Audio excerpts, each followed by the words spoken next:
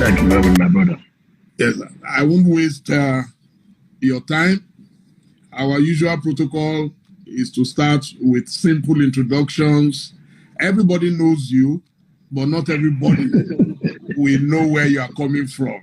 So that there will be no mix-up, we always like our guests to describe, to tell the story of their lives, the trajectory. Feel free, please, Your Excellency, you can fire us, sir. Well, thank you, my brother Dele Momodu, for this opportunity. And like you said, you know how this period is for me. But I thank God Almighty. It's an opportunity for me to talk to the world over through you. Of course, like I say, everybody knows me, but it's better for me to say who I am and then where I'm coming from, the world over through you. Yes, Wike, and not to go too far, Wike, I graduated. Not to go too far, Wike, I graduated. Not to go too far, I graduated law. I graduated.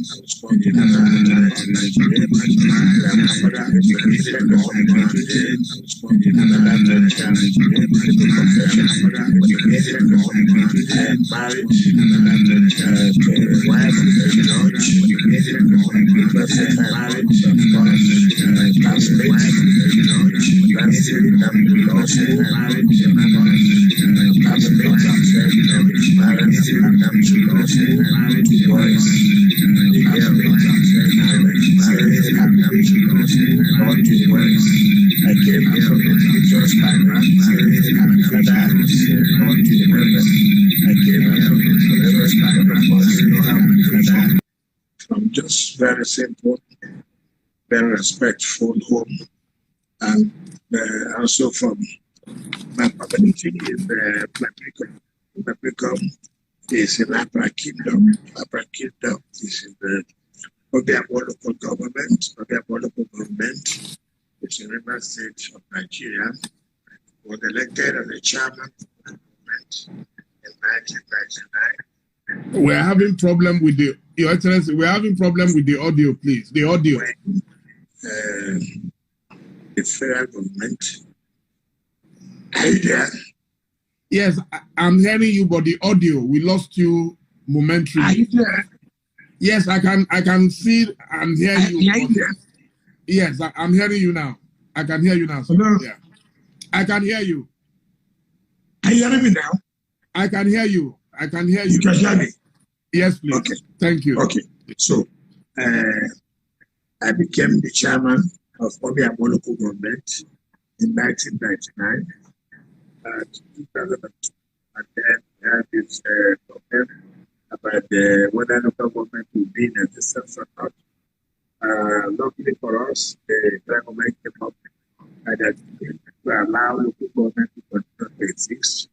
And so in 2004, I recontested as chairman of Obiabo local government, and I won to 2007. And in that 2007, by the grace of God, while we're talking for who would be the governor of River State in 2006, Godwin, I played the major role, and my brother, Benechi, in 2007. Sorry, sir. The audio. Maybe we should take off. Yeah, maybe we should take off those. Okay. Yes. Yes. Now I think that's better. If they can bring. Okay.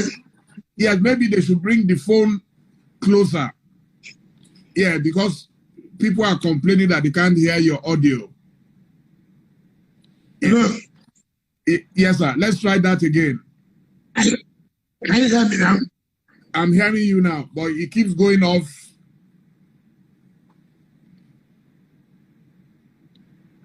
Hello? Okay. Hello, yes, I can hear you now. So, 2007, my brother, Benechi became governor by Secretary and the College of Supreme Court in October indicated that he ought to be the governor and should be the governor of this morning in October 26. The audio, sir, is very, very bad. Can we get the phone closer to you? Maybe they should take off. Yeah, they should take off the Bluetooth. If they are using Bluetooth, let them take it off. Then we use the natural. Yes, let's use the natural thing. They can take off the Bluetooth. They can take it off. Yeah, you can hear the phone directly. Yeah, you can hear it directly. Yeah.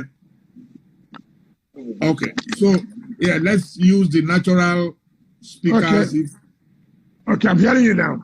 Okay, fantastic. Okay, sir. So, yeah, so let's take it from your first election. Yes, my first election in 1999, Godwin, I was elected by one most important local government in Nigeria, or the Igbo local government. And then I served in 2002, and there was this controversy then under the Obasanjo administration, whether the local government was not to exist or not. But for whatever it is, they came up again that no, they should allow the local government to exist. So in 2004, I recontested, and I won that election very well, and I became the chairman for my second term. Then in 2005-06, that started building up of who will succeed Dr. Peter Dele, who was the governor of Rivers State. And God used us to play a very important role. And my brother, the Minister of Transportation, became the governor after the Supreme Court judgment of October 25th, if I remember very well. And then after I was made to be the chief of staff. After becoming chief of staff, by the grace of God, I was appointed, excuse me, by the then president of the Federal Republic, Dr. Dele Jonathan, as the Minister of State for Education. And thereafter, I was made to be the supervising minister. And I resigned in 2014 to contest for the governorship election of Rivers State in 2015. And I won that election. And to the glory of God, I was sworn in May 29, 2015. And that also led me to be the governor. And I won again in 2019, and which is what I'm serving. But however, before then, I was the deputy president of Association of Local Governments of Nigeria. And from there, I became the national president of the Association of Local Government of Nigeria. But not only that, I represented Africa as the member of the executive board of the Commonwealth of Local Governments. Right? So I passed through this period to become where I am. And so that's what I can tell you about my background today. Okay, sir. Thank you so much. Now, you are one of the most popular governors in Nigeria. In fact, one of the most popular politicians in Nigeria.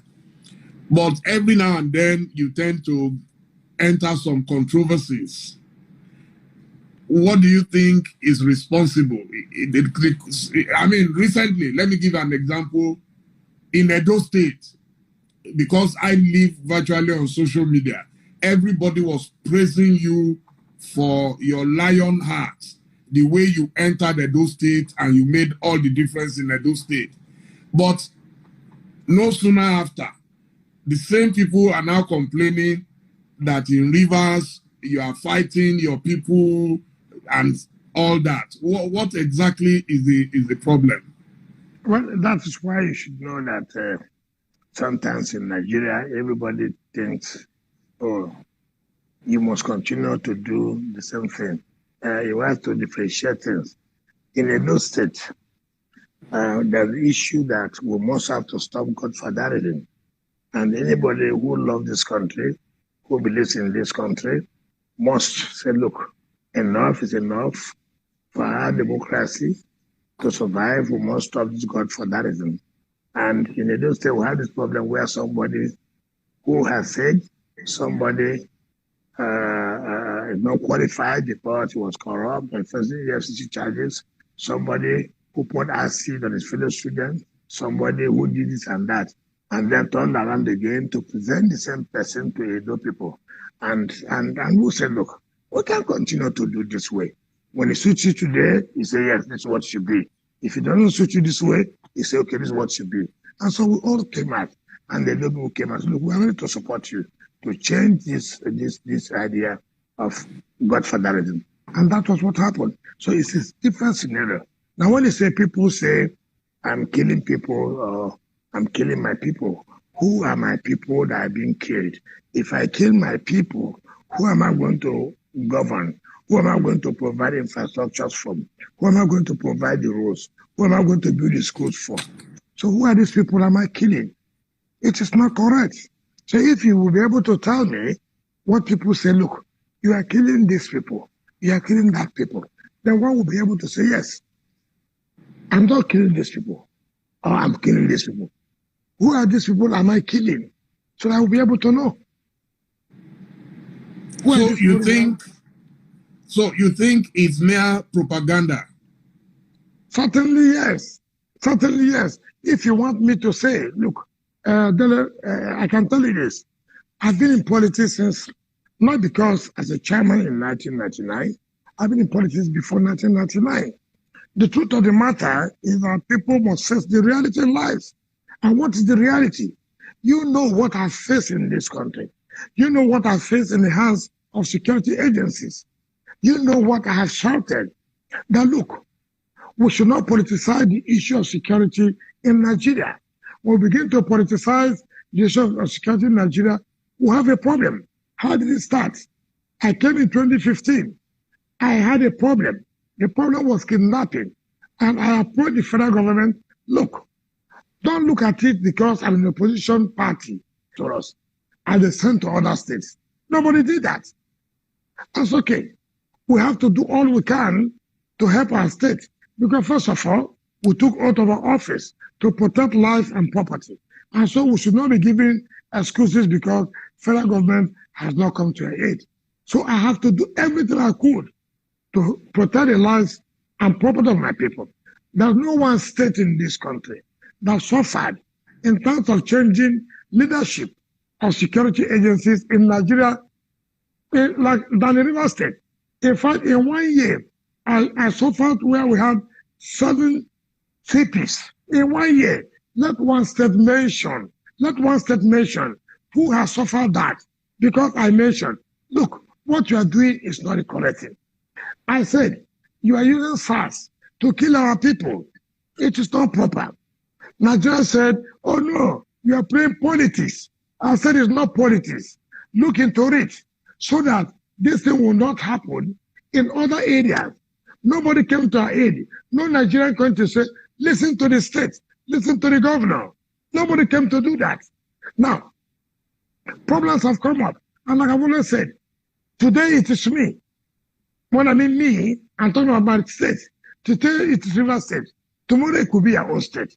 Now, when this issue of insecurity started happening in all other states, federal government now woke up to say, oh, no, we have to stop this. We have to send special forces to Ondo, to Kaduna, to Sokoto, to Zamfara, to Ekiti, to Anambra, to Ebonyi. But nobody considered to send any secure special forces to River State. That is one thing we have suffered in this state. But to the glory of God, God has made this state to be peaceful. Now, the issue of SARS came. SARS was killing, and we're saying SARS was killing. What happened? The head of SARS was promoted to Assistant Commissioner of Police to tell him, thank you, you've done a good job. You've killed so many people. Nobody said anything. Now, the same SARS has gone to all other states, replicating what they did in River State. Now, Nigerians are now working and saying, look, we can't accept this again. Now, if Nigerians had listened to us when we were shouting, when we were crying, see what was going on. The destruction today you saw in all over Nigeria, particularly in Lagos, particularly in Ibadan, particularly in all other states, it would not have happened, but it was politicized. No, if it's a river state, it's politics. Nobody should bother. But now it has dawned on everybody that SARS is a problem to every Nigerian. And now they have come out to say, end SARS protest. Nigerian, the government have said, okay, we'll disband SARS. I said, is it because when it happens to river state, nobody will bother? But now it has happened to other Nigerians, other states, we're not crying. That is another thing. Now again, you talk about they killing our people. Who is killing who? Not everybody knows in this state, in this country. We easily forget. I don't know why Nigeria is a place where you can forget easily. I have never said anything against IPOP. What I've ever said is, IPOP, yeah, I mean, you have your right to demand whatever you want to demand. But you want to do demonstration. I don't agree with you in my state. Do not disrupt economic activities of my state. I need my state to move on. I need my state to get the revenue that should be able to provide the basic infrastructure for my people. So don't come here and demonstrate. As far as I'm concerned, I don't know those who are behind IPOP. I have never, anybody who knows me too well, I don't say things I don't have clear facts. But again, what happened? EndSARS came to protest. The first thing was very peaceful. Every Nigerian, and I'm sure including you, when you heard that I said there will no protest, everybody was saying, why would he not allow protest? We respect him. I laughed. It was a strategy because I got intelligence that, look, if you allow this protest, there will be mayhem. People who not are trying to catch into this and destroy the state. And I said, okay, don't worry. In the midnight, we'll announce that there will be no protest. Now that way, numbers will no longer be high. Hoodlums will say, look, this one has taken a decision. It means let's not go out. So we were aware it was a matter of strategy. And when those who came out and we found out that there are no hoodlums, I came out and addressed them. I said, look, I'm one of those, this is one state that started fighting against SARS. Not let any state challenge River State to say that they start protesting against SARS than River State. And I said, look, I agree with you. SARS must end. But it's not only ended. We must have total police reform. Total police reform. Let's sit down. Look at the Police Act. Look at the Constitution. Look at what obtains in other countries that operates a federal system. How does it go? If you operate the federal system, what kind of police system do you have? In the federal level, what kind of police system do you have? In the state level, what kind of police system do you have? In the local level, what kind of local council, what kind of police system do you have? What kind of crime that the federal level will control? What kind of crime that the state level will control? What kind of crime that the council will control? It is very important. But you see, in Nigeria, everything is power. No, if they are reducing my power, if they reduce this my power, I'm nobody. So let it be that one person at the center controls. We're operating a federal system, but we're operating a unitary system. Now, people have said, look, this EndSARS thing. I said, look, River State was peaceful. But my brother, you know the experiences of my political life. My political life has not been that rosy. I'm one politician who has passed through a lot in life politically. Maybe I will go back to tell you. When I started to be a chairman of local government, my brother Dele Momodu, I passed through hell. I was made to face a murder charge. Maybe Nigerians are not aware of this. It is by the grace of God that I was able to survive it because I wanted to run for council chairman. Dele Momodu, I want to tell you, because I want to be a chairman of council, I was first to face a criminal charge of stealing. What is stealing? I want primary. People want to change my result. And by the grace of God, we are faster than them.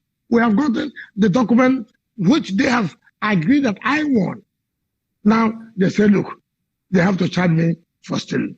Look, I can speak to you because I wanted to be a chairman of local government.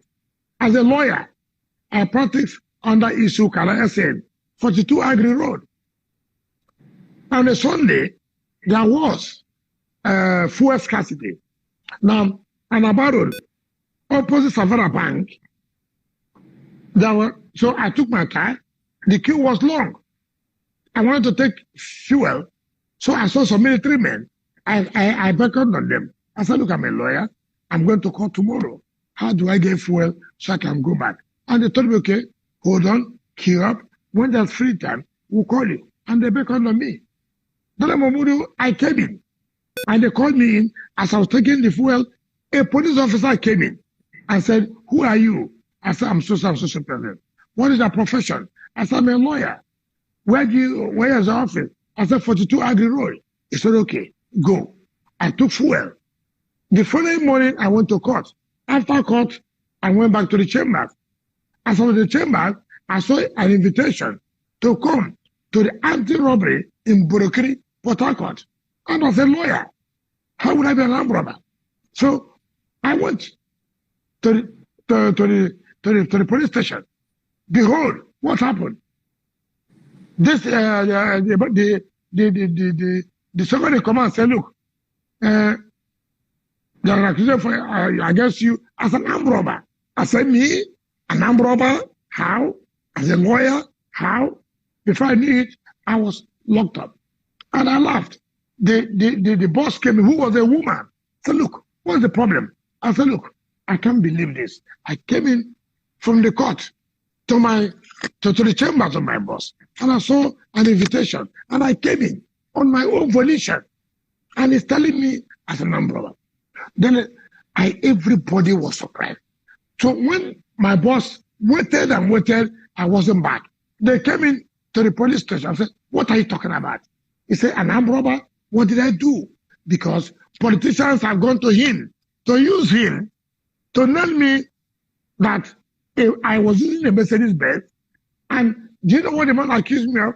That I came and robbed him of his rickety 504 car. You can't believe that. It's unbelievable. It's unbelievable. That is what we suffer in politics. And then I can tell you, the deputy commissioner of police today, KZ Dudari, who, by the grace of God, is not in good health condition. This lady who is led today, she rose to the rank of a CP, a woman. Oh my God! Forgive me for not remembering his name. But you see, she became a CP in Enugu State, but she was the AC administration. For the first time, I saw that. They brought me to the police headquarters and brought the man who said, look, this man was a man who robbed him of his car. They asked him, DCP Wankwala, you said you were robbed? He said, yes. You're sure, police officer, you were robbed? The headquarters was not aware? He said, yes. It's okay. What did the man, what did he do? He said, I hit him on his head. Then I told him, can you show us the head where the man hit you? He said, oh, the thing has healed. They asked him, 3 days. The man broke your head, it has healed. Mr. I would do respect to it. Let Mrs. Ereme in a blessed memory. I've never seen that. A policewoman slapped him. That is how you give police people bad name. Say how you want to kill a young man. Politicians are using you. To kill a young man, to rob him for armed robbery? For what? What did he do? How will he use his own? Look at his Mercedes. And you are using a rickety 504. And the police command was not aware of such. Now, these are the things we have passed through in life. And for us, it's politics. These are things you must go through. And that's what Nigerian politics is all about. Now, we talk about in Rivers State today, and I laugh. What is the problem? Very peaceful state, no problem, no destruction, nothing like that. Now, you wake up in the morning, IPOP, now we're using Igbo local government to launch attack on the people of the state and security agencies. My brother, My brother, yes, you know the role the army played against my election. You know the role the security agencies played against my election. You know, if there's one state that security agencies took over to win this state, security agency did that. When did I get the power? What is the friendship now? That I can command the army. I can command security agencies to go and kill people. But look, in any case, is it because if I have no good relationship with the army, if I have no good relationship with the police, if I have no good relationship with the security agency, because of my position of saying what you are doing is wrong, should I allow that people should go and kill the army people? 6 army people died. One was burnt. 4 police officers died. One of them, an Igbo man, and the neck was cut. Sorry. The neck, the cut is to this neck. My brother, they burnt all the police stations. They burnt all the courts there. And then you tell me, as a governor, as you say, hallelujah, they have killed all the army people. They've killed all the police people. They've burnt all the police stations. They burnt all the courts. That's what will make me to be a hero. That's what will make me to be, oh, I love hip-hop. I will not do that. I will not do that. And you know, in this country, when you kill a soldier, you know their position. When you kill a soldier, what they normally do? They go for return. I have no authority. I have no authority, except those who want to play politics. If I have authority and I could not control the army to come to stop them from coming to rig me in my election, if I have no authority to stop the police to come out to stop them from rigging my election, then I have an authority to call the army to go and kill innocent people, assuming they are innocent. And I will call police to go and kill innocent people, assuming they are innocent. You know, politics in Nigeria is such a thing that we have to have a rethink. What is it all about?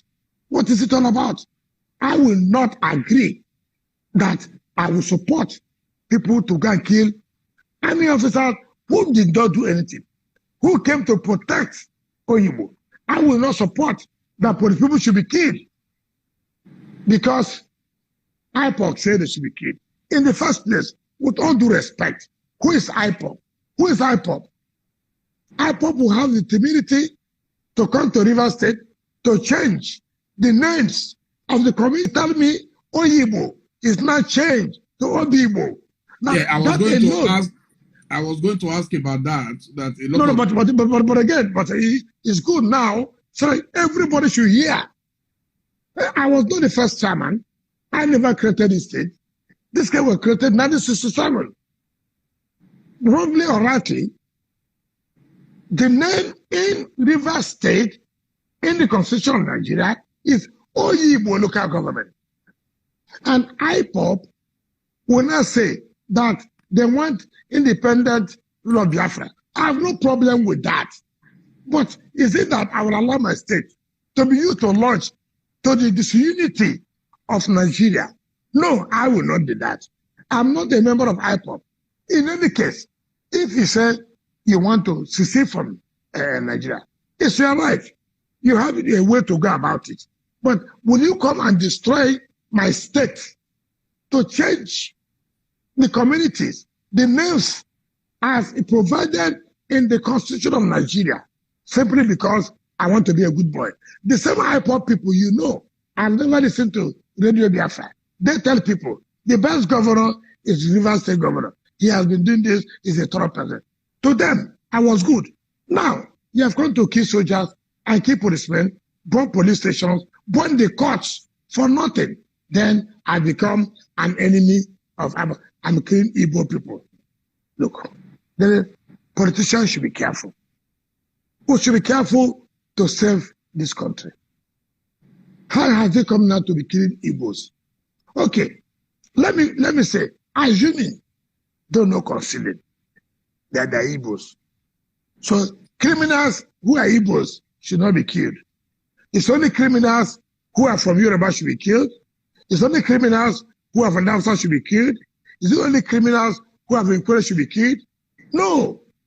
And these people, you and I know, no Southeast governor has recognized them and said they want to work with them. So why do you want me, as a Rivers person, as a Niger Delta person, to say, yes, come and launch attack, use my state to launch attack against the Federal Republic of Nigeria?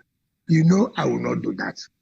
I will not do that. So, but I never sent anybody, be it army, be it police, to go and kill Igbo people.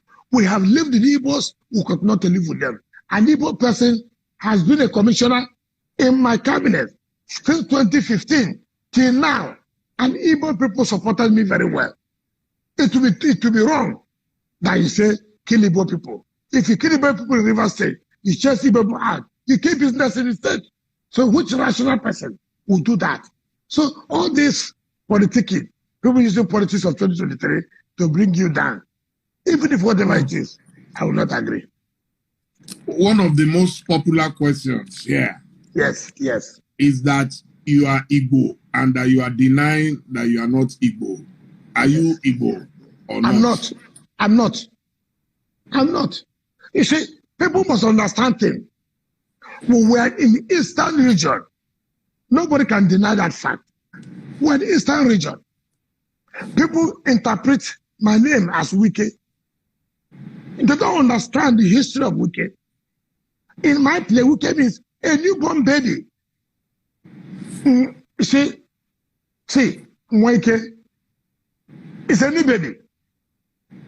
Right? They said Wike is a strong person or whatever. That's not my point. Okay, assuming I'm an Igbo. As they said. So I should allow criminals in Igbo land to kill security agencies. Assuming that. No, they don't want. No, sir. They don't want you to deny your Igbohood. They said, for example, your first name, Ezenwo, is an Igbo name. No, you see, that's why we have to be careful. My name is Ezebunwa. Now, you see, nobody can deny the fact of affinity with Igbos. Nobody can deny the fact that in our place, your mother may come from Igbo, your father may come from Igbo. We have had that cultural affiliation and affinity. You cannot deny that. Take for example, in Benin or Edo State, they've been with the Southwest. Is that not correct? There are so many names. Here, Apata. There's Apata in Edo. There's Apata in Yoruba. So are you not saying the Apata in Edo is the same Apata in Yoruba land? That is spelling different.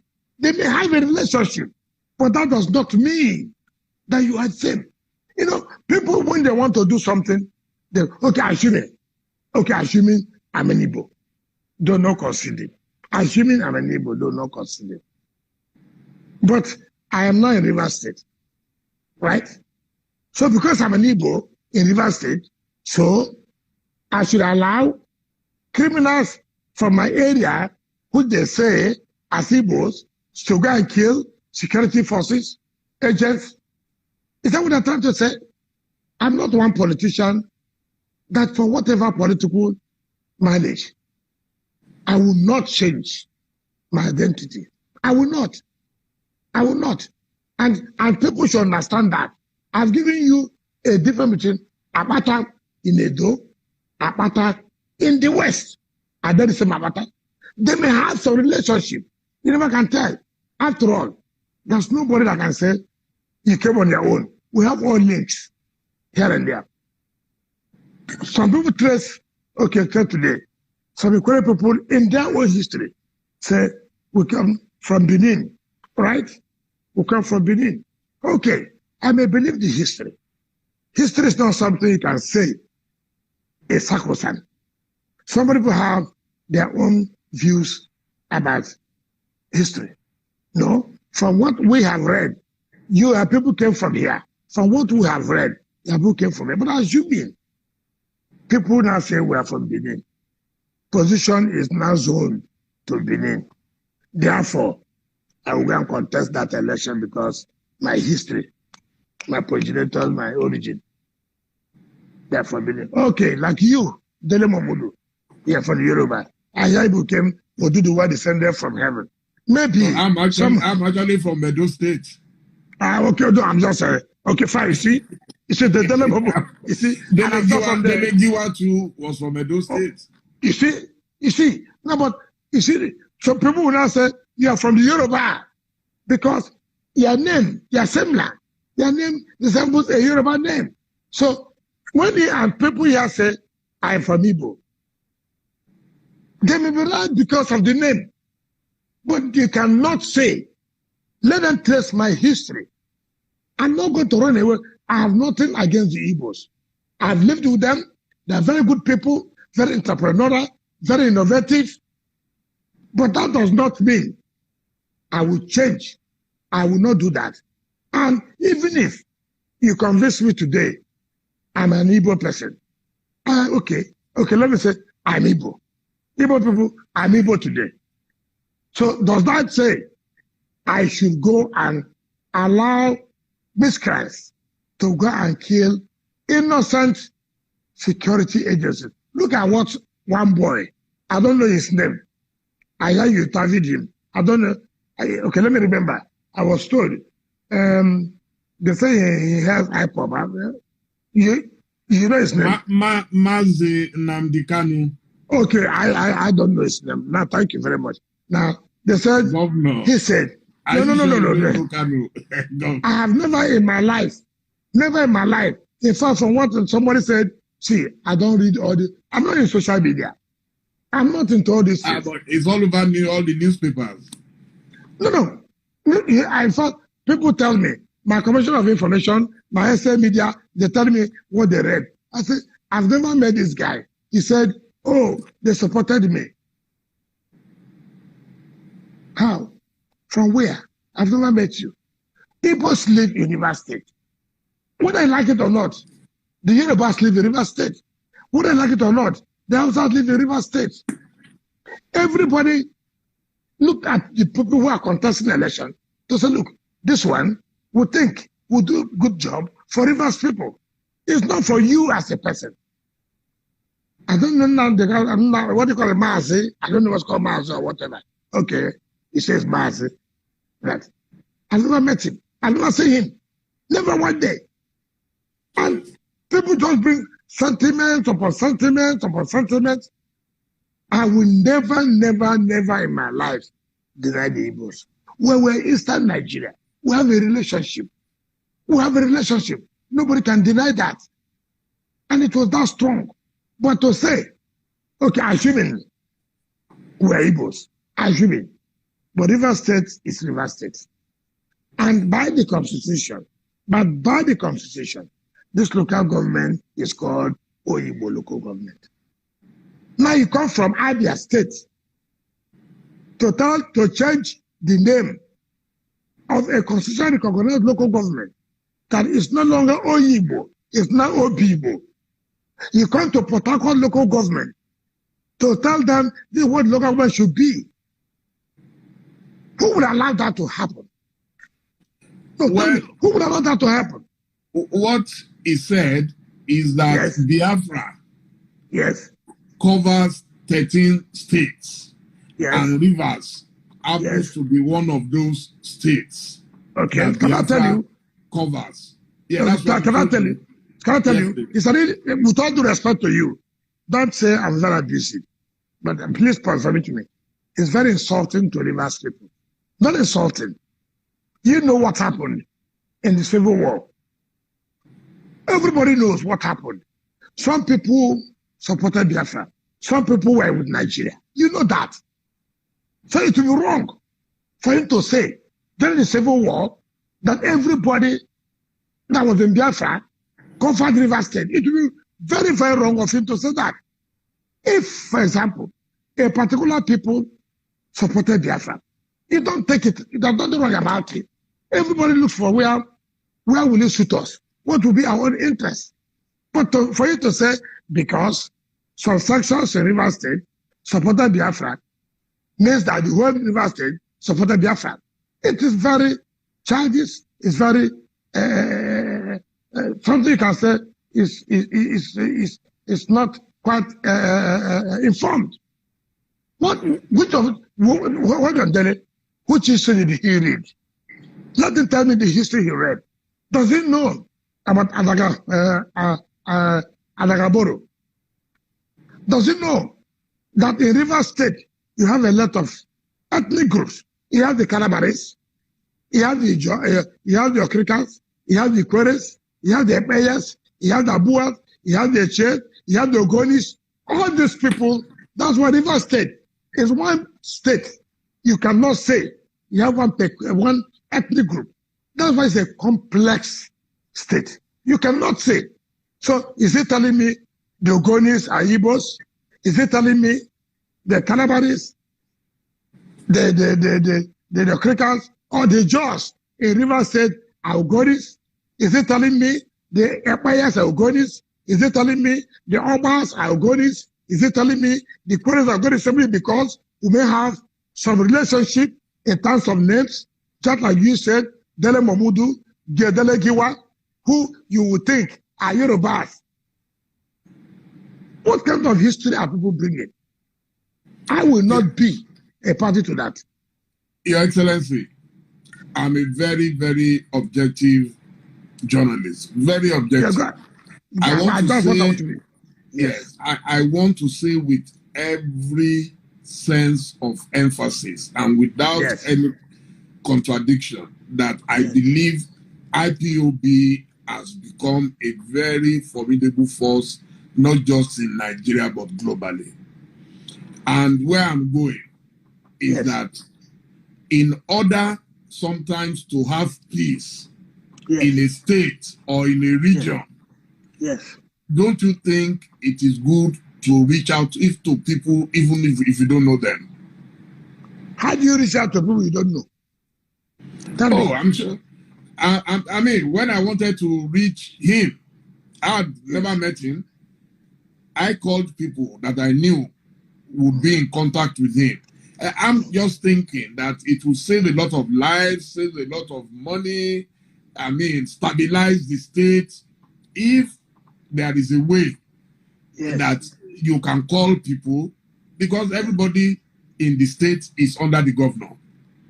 So, and it's your duty to protect every one of them. So they are feeling bad that, okay, they said you offered the ransom, that you even offered the ransom of 50 million. And that so Kano also offered his own a counter ransom of 100 million. So what led to all this, sir? Okay, let me tell you, I'm not at Kano's level, with all due respect. With all due respect to you, I never offered any ransom of 50 million to anybody by Kano.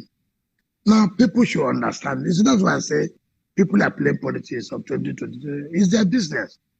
A young woman went and took some IPOB people to One. You know the position of One. One is very fundamental and very, very important to the economy of Nigeria. Now they went and blocked One, that NPA did not give them money and this and that, and even took fake cops to block the place for some days.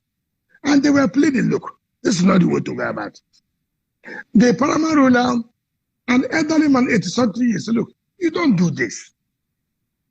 He went and took some IPOB people and went to burn down the hotel of the son of the traditional ruler, and even burn down the traditional ruler's house.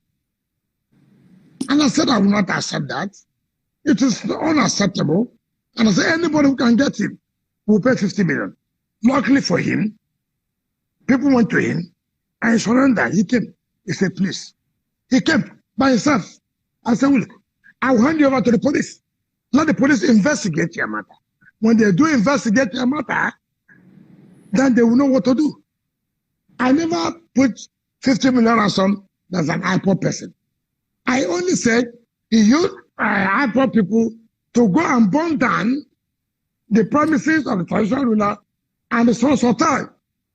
Now, you say I should talk to somebody whom I don't even know, where he comes from, who is speaking for him, who the hell is him to put 100 million bounty on the governor of Rivers State? Does he think that governor of Rivers State is one of those people he can threaten? And you tell me for peace? Which peace? Which peace are we talking about? Okay, let me make peace with him.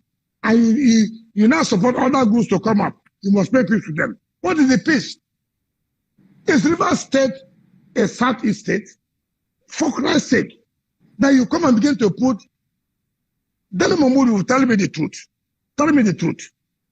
You say you're a serious and committed journalist, and which I know everybody knows you. You're from Auchi, you're from Edo State. You see a group coming from the Yoruba land, putting a flag that they own the whole of Auchi and they want independence. What will you tell your people? To go and negotiate with them when you know it's fake. Okay, when you negotiate with them, who also tells you if you have a boundary with Kogi people, that people from Kogi will not come and put a flag that look, this is Kogi state. What would you tell them? Let's go and talk with Kogi people. Who also tells you that people from Delta states will not go and say, look, this area you're talking about is not correct. This is the boundary of Delta. What will you do? You go and say, let's go and talk to them. We cannot begin to pamper criminality. I will not pamper criminality. I believe in this country, and I continue to stand for the unity of this country. I will not allow where one miscreant, because of what he wants to get, what we would think he is, from somewhere, to organize, having the capacity or ability to organize people who contribute money to him, for him to say, let us foment trouble, and then let's talk to him for that to be peace. Let me tell you, there's nobody who went to school, or what they call school of trouble. There's nobody. There's no university called school of trouble. There's nobody. There's no school called school of hoodlum. Dele Momodu, you choose to be a gentleman. You choose to do this work to help humanity and society. Dele Momodu, you can tomorrow say, to hell, I'm not going to do this again. I'm going to be a problem to this society. I'm going to be a problem to this country. It's not that you want the university to read it. There's nobody who wants any university to read how to carry gun. No, with all due respect. No. So I will not, and never will I do it as a governor to begin to tell you, I will call somebody who said he wears a Jewish cap. I said he's somewhere. He has spoken. If you see any soldier, kill him. If you see any policeman, kill him. And therefore, the governor of Rivers State, I want peace. Let me call him, call everybody. Dele, I won't do that. I will not do that. Nobody is a monopoly of violence. Nobody has it. Nobody has the best gun in this world. Nobody. You don't know what another person has. You can't threaten me as a governor of Rivers State from Niger Delta that you will attack me. And I challenge anybody. I will go overseas any day. Let anybody dare. Let anybody dare that you try to say you want to attack me. You see, Dele, did you go to school of gentility? Tell me. No, did you go to any school called School of Gentility? No. Did your mother send you or your father say, there's one university called School of Gentility? When you go there, read gentility. I'm just a gentleman. So I said, look, your parents have trained you. Behave this way, this is the way it's supposed to be. Be a gentleman. Be kind to people. But that does not mean anybody should take you for granted that Dele, you can kill. Nobody should say so. Nobody should say so. You can't tell me you will kill me, and then you think I cannot kill you. Who told you that? Who told you that? The law allows me to defend myself. If you want to attack me, I will attack you first. So, look, of all I have said, tell me where River State has gone wrong. Why will I negotiate with court said IPOB is a terrorist group? Am I the one who says so? Has there been any judgment that has set that aside? Do you know if I did not impose a curfew, what would have happened in this state? There was a fight between the Hausas and the Igbos. Do you know the prison attack? What would have happened in the Hausa land where they would have said they are killing Hausa people in rivers? In Igbo land where they are saying they are killing Hausa people. My brother, is that the way we should live? Because you allow criminals to take their way, and then we begin to kill ourselves on ethnic basis, on religious basis, which is not the best. So I will not,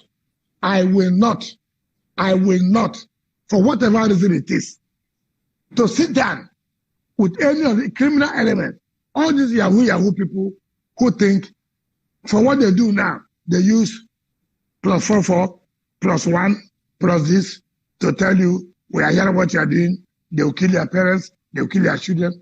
So be it. If you kill my children, no problem. If you kill my parents, no problem. If that is the sacrifice we must make, so be it. But I will not allow IPOB to destroy my state. I will not agree. No amount of blackmail anybody will tell me of politics, will I accept that? I will not do that. I am not here for any popularity contest. I'm not here to be president or anything anybody can think of. But I'm here to defend my people. How can you tell me you come to my state to put a flag? How can you tell me to change the names of my communities? And nobody's talking about it. Dele, okay, Dele, you are very objective. You are very objective. I not. Very. Now, the Constitution of Nigeria has created local governments. Is that not correct? Yes. Now, if somebody from another state come to your state to say, no, this is not the name of your local government, it is their own name. How do you feel about it? And to put a flag. No, tell me. I'll be uncomfortable. Not only uncomfortable, Boko Haram was putting flags. What do you tell Nigerian government? How do you allow Boko Haram to see part of Nigeria? How do you feel about it? But the same government was negotiating with Boko Haram, sir. Oh, that's what you say. They were negotiating. No, they negotiated, they rehabilitated. Okay. Even in the Niger Delta, when the militants were fighting, that's why they set up a special. No. You are confusing. The Niger Delta people are saying, listen, we produce the money of this country. We produce the oil that is the mainstay of the economy of Nigeria. Where have you kept us? We must differentiate it. But Boko Haram definitely, they rehabilitated people. You people know that. Because you are part of those who brought the government. You brought part of you brought the government. So I am not. I've never been a part of you people who brought the government. So I don't know. That's a punch below. That's a punch below the belt. No, but I know the role you played. I know the role you played. You are one of those who brought down Jonathan's government. True or not? No, true or not? I agree with you. I pulled out when I saw that they didn't meet my expectations. After the damage has been done. But that's one of the unfortunate sides of democracy. You have to keep trying. If a government is useless, you remove it. Then if the next one is useless, you remove it. No. Let me tell you. You must also watch. You see, take for example, and that's the problem I've had. You know, I congratulated the president of the country, Muhammadu Buhari, when he won in the presidential tribunal, Court of Appeal. You know that? People say, why did you congratulate him? I said, why not? The court said he has won. Why would I not congratulate? Even though the president does not congratulate anybody from the opposition, right? I did that. The next Sunday, I went to court and I told Nigerians what the president is doing on this and this. It's not right. It's not right. People say, who kind of human being is this? I said, why do you say so? Why do you say so? You remember when I wrote to the president for them to refund me the state money? Your friend, Femi Adesina, used me to think that he'll be Minister of Information. And he was writing all kinds of things. I was brought up very well from the home. When a man does well, say you have done well. When you have done bad, say you have done bad. If you have not done well, you have not done well. I owe no apologies to that. And I said, look, President, for you to approve this money, Rivers people want to thank you for that. But now don't stop Rivers people to say, but Mr. President, you have not paid attention to Russell. Right? That is how politics is supposed to be. But yeah, everybody thinks you must say, yes, yes, yes, yes. The day you say no, oh, something has happened. Why I call this matter that? I remember, I know you very well. Very articulate, very objective person, somebody I respect. If I don't respect you, you know me too well. I will tell you, Dele, I won't be here. And that's what I'm telling you. But yes, you've made a mistake. Yes, you've tried to withdraw. But how do you now correct those mistakes you have made? That have been so damaging to the country. That have been so damaging to the country. How do you do it now? So the only way is through election. In America, for example, I wouldn't support Trump. I supported Trump. I'm a true believer of Trump. I'm a true believer of Trump. No, because you are tough like him. You are tough. No, it's not. No, it's not a question of tough. Too tough. You see? No, it's not tough. It's not tough. It's not tough. The point is that, look, some of us, we have our conscience, right? Look, I prefer a Trump than to go to any party that supports the gay. I will not.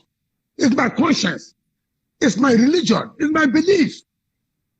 Trump may be anything you want to say, but because Republicans do not support gay and taking life, and they are using the police to take lives of adults, not please. Unborn babies. Please. Yes. No. You see, you are changing from a defensive. You see, that's why I say, let us be objective. Look, whether Trump has won or not, it's not the issue. The issue here is this.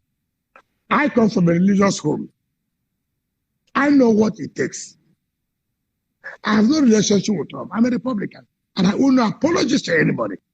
I do not owe any apologies. My wife voted for Biden. She's an American. My son voted for Biden.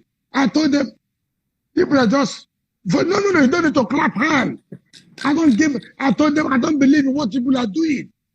But as a Christian, and I believe in my religion, not to support gay. I believe not to take life in terms of abortion. It does not matter. You can vote against Trump or not, but my religion is my religion. But I hate people when you now come up to say, because of politics, this one should go. I don't care about this. That's where we're saying principle. We don't play. That's why the problem in Nigerian politics, no principle, nothing. That's why the two parties are the same. The two parties are the same. So for me, and I would have told you, if Nigerians can rise today to say, look, INEC, we need a total overhaul of the electoral system. We need a total reform of the electoral system. Mr. President, we want a complete, give us that we will have a free and fair election in 2023. Mr. President, look, for you to give us a free and fair election, how can you bring your media aid? How can you bring a member of your party to be a member of what you call independent electoral commission? This is how this is started. Nobody's talking about that. We're talking about criminals who have come to kill people. Today, if Nigerians can rise to say, INEC, let us know now, what are you doing? There must be an electoral overhaul. We need something that must be credible. Mr. President, what are you talking about? 2023 must be fair and fair. Only credible people will allow our votes to count. You will see the kind of support you will get. But that's what our young people, sir, that's what our young people try to do. No. That is my problem with them. That's what I said. In everything you do, you must not, you came to say, NSAS. Is that not correct? Is that not correct? Yes, please. Okay. If you have said, these are our items, you say you NSAS. SARS is not a major problem. NSAS, SARS has ended. I don't know, it's not the same police. Are you going to scrap the Nigerian police? You will scrap them. It's not true. We have major problems. Yeah. We have major problems in this country. And what are the major problems? Our electoral process is a problem. It's a serious problem that you and I and the youth should come out and canvass and say, look, the way it is, there's not likelihood that we'll have a free and fair election. And when you don't have a free and fair election, you can't have true governance. And that's the truth of the matter. When I use my power to go to INEC, to use the security agencies to rig my election, am I loyal to the people? Will I say the people elected me? No. I'll say, after all, the CP, same people. After all, the garrison commander. After all, the GOC are those who made me to win the election. So what do you want people to say? We must not shy away from reality. We must not. There's so much multifaceted problems in the country. Let's take it. The one that is very important to us now, and what it is. We are going for 2023 election. Yeah, I was coming to 20. There is no way I'll talk to you and not talk about 2023. Okay. It's no longer a rumor. It's everywhere that Governor Wike is likely to be a presidential candidate or a vice presidential candidate. Yes. What is your mission and what is your ambition, sir? you know why? Do you know why I'm happy? You people in the media, you prepare the soup, you cook the soup, you talk about the taste of the soup. The problem is that when you see a man who is doing something, you think that this man is doing this thing for nothing. There must be something somewhere. No, but you said that people are attacking you because of it. So there must be something. No. I said because they perceive by his performance. He's not just doing it for doing sake. Who is the second-term governor that's working the way he's working? There must be something somewhere he's looking at. And that's the problem we have in this country. In any case, let us start with, I want to be president, for example. Mention. And those who want to be president, have you not been seen them consulting? Mention where Wike went to consult anybody. Have I met you one day to say, yes, Dele, I know you're very strong. Your pen is so powerful. Even with this program, you're too powerful. Tell me one day, you're a friend to my predecessor. You're a friend to me. Have I ever one day met you to say, Dele, look, see what I'm thinking about. How do you look at it? Let one person say, Wike, the way he spoke to me is like the likelihood. I think, let me not be too wrong. He believes in if anything happens. Look, I've been in this game. People have interest. People can come to you. Don't you think you will do this? Maybe the small thing I have to take care of my family, they want to take it from me. I'm not that kind of politician. No, sir. When he said vice president, sir. no. When he said vice president, does anybody run for vice president? Is that any concern? You could have an agreement with a group of people. When I ran in 2011, I approached Nasir El-Rufai that I wanted him to be my vice president.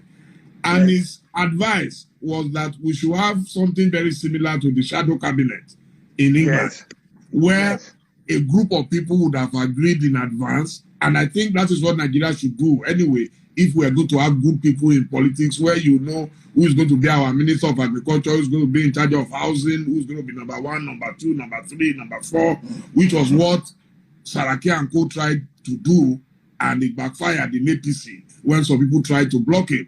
So it's possible that you have such an agreement, but the main thing is that it is possible. When you stormed Edo State, to me, you appeared like the leader of opposition that day. You stayed there and you made sure you delivered.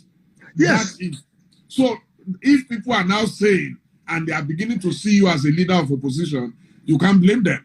No. Let me tell you, I didn't go to it. See, that people should get me right. Let me tell you, the governor of Edo State, I never spoke with him one day. All through he was in APC as a governor, I never spoke to him. Ask him. You know, people don't understand me very well. All through he was governor. Ask him whether I spoke to him. No way. Because I came to Edo State to campaign against him. I was working for my party. He saw me as an enemy with Oshomode. And I said, that's their business. I came to work for my party. Now, when they said he was coming to my party, I said, look, no, you cannot just have everybody. People abuse the party before you are coming. Therefore, everybody must sit and to say, look, what do we do? You can see, that is the difference I have with people. You are coming. Yes. Should everybody be chased away? No. So what happens? Give and take. Who will have this? Who will have that? Like you said, shadow, you people who believe in the British shadow government, who will be this, who will be this. Those things are theories. Theories. You say, we must not take hook, line, and sinker.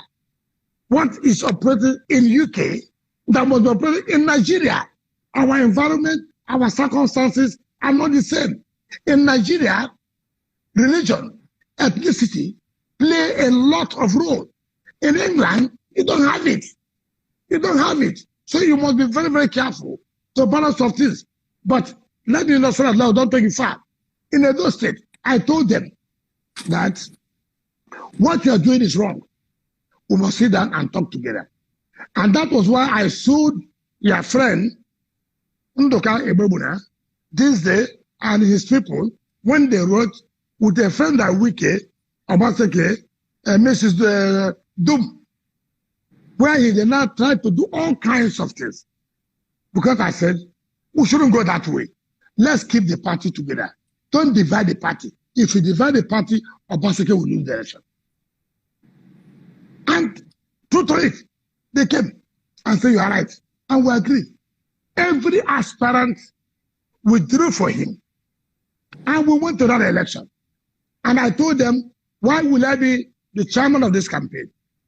A lot of people felt I didn't want Obaseke to win, which was not correct. I was saying, the way you are going, people will lose the election. Put everybody together.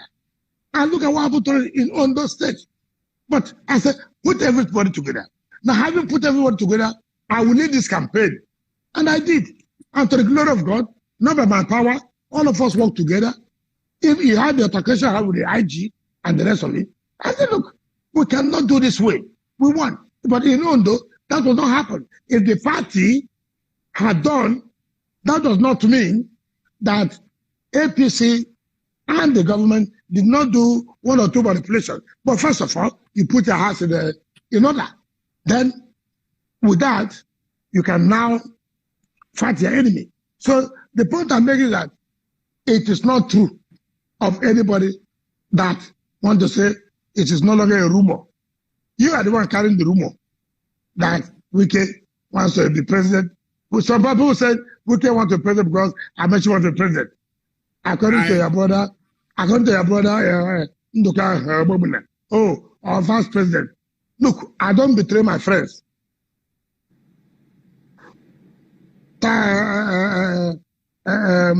Aminu Tamboa is my friend. And I tell anybody who cares to know about it. I was going to ask you about him, that you went against... I'm coming. He has never... He's my friend. I will not deny him. I'm not those kind of people who play politics of what you want to get. Now, when they said Atiku was running, I said I was not going to support Atiku. I was going to support Aminu Tamboa. And I stood by him. I'm not one of those governors who will come to you and talk to you in the morning, and then in the night, I said a different thing. Dele Momodu, you should know me. But after that primary, that Tamboa lost. There's no one state among the PDP states can say they supported Atiku more than Rivers State. I challenge any state that can say that. In fact, you remember, when Buhari came to campaign in Rivers State, the DG of the Buhari campaign said, Mr. President, I will not go with you again. I'm going to match them here. All I want to ask you for, by the time we finish with them, thank us. He said so. And then he sang an Igbo song of war song. I said, we look at it, it's okay. What happened? President did not get 25%. But the president thanked him with the Minister of Transportation. So, you see, now then politics is that of, look, Tamboa is my friend. If you like put that here, come out here, I will not deny him. If Tamboa comes to tell me today he wants to run for president, that's okay. Have you looked at the situation in Nigeria? Have you looked at how things are going? What is this or what is that? I was yesterday in Sokoto State. I went to flag off his construction of teaching hospital. He was one who commissioned the medical school of River State. And I said, you haven't done that in the past 2 years when I invited you. I will come. And I commissioned water projects that you so touchy. But when you do that, people say, oh, there must be something. But see, I went to Bauchi to flag off roads. Nobody said anything there. But because I went to Sokoto, there must be something. Yeah, assuming there's something. So what? So what? So what? Who is that person that's more qualified? Your Excellency, what will happen if once upon a time you and Amechi were the best of friends? I know that for a fact, that you were very, very close. So if tomorrow Amechi wants to run as president and Tamboa wants to run, where would you face? If Tamboa wants to run. And Amechi wants to run. In which parties? Okay. Technically, okay. Now you see, let me tell you. No, let me tell you. If Amechi wants to run in PDP today, and Tamboa wants to run in PDP today, I'll support Amechi in PDP. But if Amechi wants to run in APC, and Tamboa wants to run in PDP, wallahi, alhamdulillah, I will support Tamboa now. I will not make a mistake. I'm a party man. What happens if there is a realignment? And so of what? It happens all the time. You said it before that the two parties are the same. They move from A to B, from B. You can wake up in APC in the morning and go to bed. Amechi may not likely realign because you see the way it is today, it's like the first son of Buhari, and so it will be difficult for him to realign. It will be difficult. But it's from your state, so it deserves support from your state. With what project here? Mention one project in River State. Is it they still have about 3 years to go.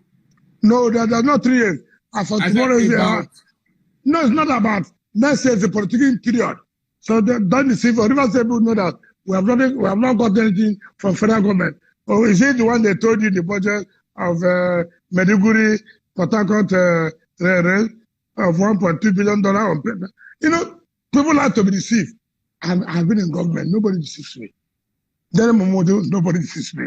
I know if you want to help our state, since 2015, they would have shown it. Look, you were the DJ of Buhari.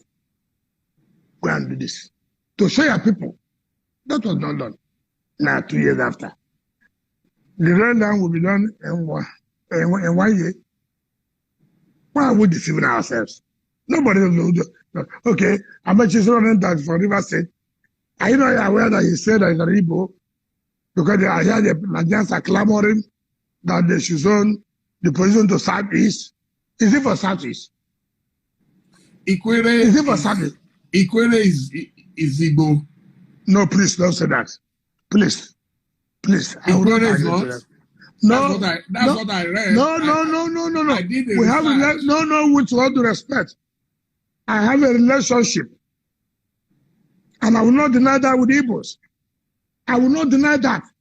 The Igbos, the South people who have competent people, mature people to be president of this country. They have them. If they are zoning presidency to the Southeast, president is not zoned on ethnic group. President is zoned on zones. So if you are zoning to the Southeast, that does not mean if you are from the South, for example, you have a lineage with Igbos, for example, that now makes you to run for that. That's not correct. That's not correct. If you are zoning presidency to Southeast, you go ahead and zone it to them and let those who are for the Southeast run for the president. But that does not mean that because your mother is from the Southeast, that qualifies you. No way. It doesn't happen that way. I have told you in our zone here, there's nobody that will deny the fact. Even the Calabares, the Crickers, they have relationship with Igbos, one way or the other. One way or the other.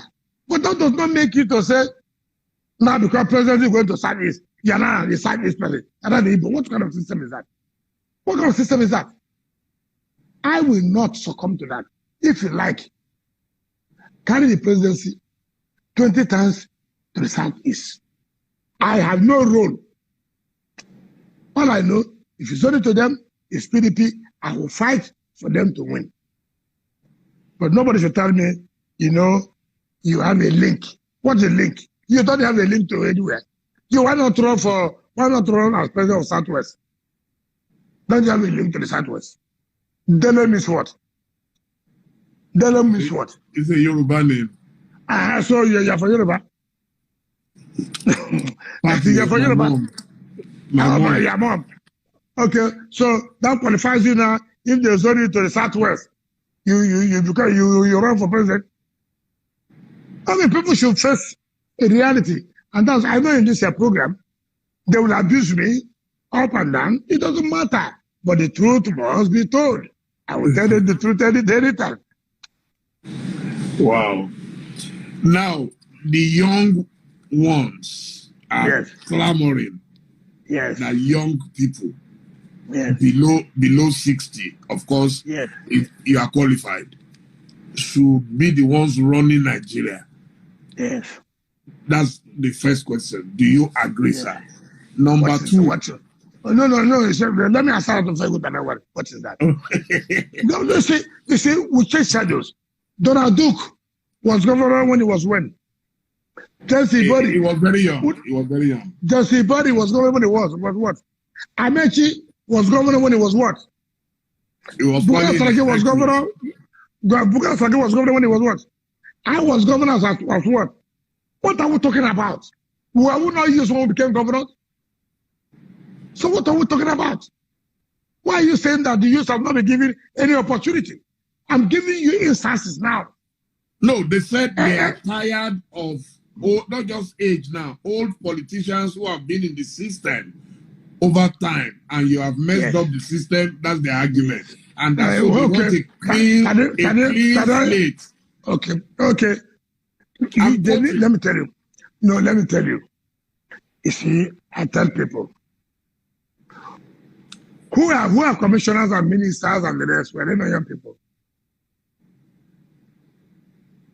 Can one man mess up a system without his subordinates? Tell me, can one man mess up a system without his subordinates?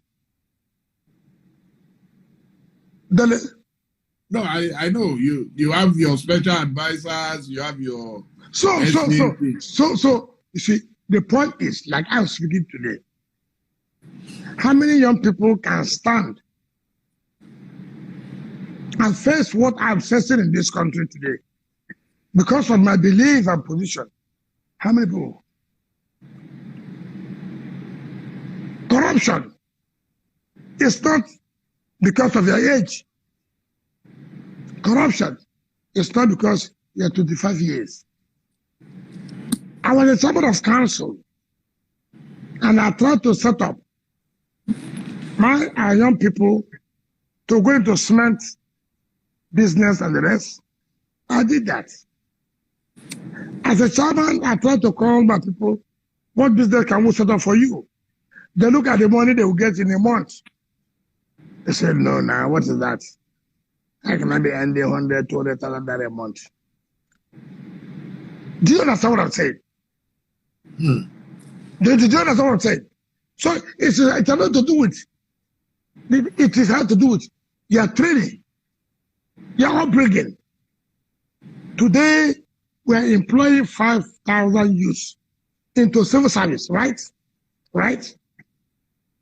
Right? You are aware of that? Are you aware of that? Yes. Okay. Now it's been advertised. Now, they believe as you're employing them, their take-home salary will be about 500,000 naira as a start point. Is that correct? No, you're laughing. You should educate people. Educate them. Where do you start earning 500,000 naira? How do you start it? This is a career program that you must run. Let me tell you the youth you are talking about. There are counselors today. Do you know how much, as counselor, that youth, how much they want to earn? A counselor, as a youth, wants to earn not less than 1.something million a month. That counselor, is he 60 years old? Is he an old politician? Nobody wants to face reality. The issue is not what as a youth. I agree. The youth must be engaged.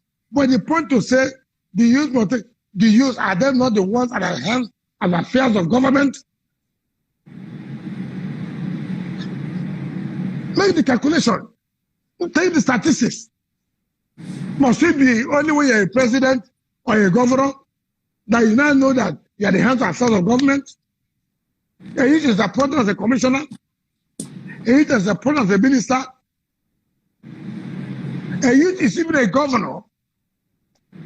Can they not tell us, when as you're a governor, as a youth, what are your performances? What do people do? It's not an issue of old people who are those who have been there. Okay, yes, kill all those who have been there. Would that bring the development?